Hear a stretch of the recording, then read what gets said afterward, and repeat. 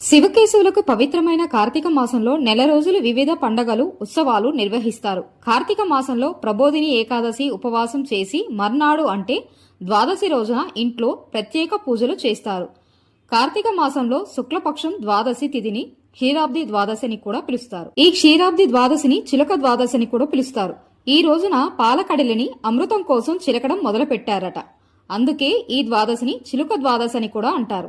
అందుకే కార్తీక మాసంలో శుక్లపక్షం ద్వాదశి తిథిని క్షీరాబ్ది ద్వాదశిని అంటారు. ఈ రోజు ఉదయం ఏకాదశి ఉపవాసం విరమించి సాయంత్రం ఇంట్లో తులసి మొక్కకు వివాహం జరిపిస్తారు. తులసి వివాహం మన భారతీయ సంస్కృతిలో ముఖ్యమైన పండుగ. ఈ రోజు విష్ణు స్వరూపమైన శాలిగ్రామ స్వామితో తులసి వివాహాన్ని ఘనంగా జరిపిస్తారు. ఇంట్లో తులసి కళ్యాణం చేయడం వలన పెళ్లి కాని యువతులకు వివాహం జరుగుతుందని ఓ నమ్మకం.